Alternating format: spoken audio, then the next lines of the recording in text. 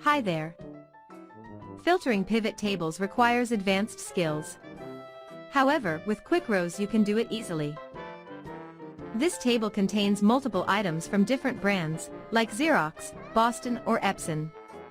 Let's build a couple of pivot tables to show you what filtering means, and how you can apply them, even if you are a novel Excel user. Let's invoke QuickRows main menu using the Ctrl-Q combination. Now we select the function number 2, Pivot Tables. OK. The first table will be a count of items using the description columns. That's it. The second table will be a totalization by description and status. Both pivot tables are ready. Now let's filter them. Suppose we want to analyze only the items from one vendor, for example, Xerox. All we have to do is insert the name and press Go.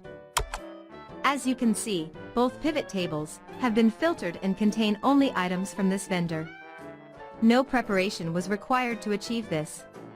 QuickRows searched and selected all the items containing the keyword, as simple as that. To get rid of the filter, simply press the Go button again. Now let's try another brand, for example Epson. Great. Or perhaps, Boston. Fantastic. Now you are ready to build and explore pivot tables like an expert, thanks to the power of QuickRows.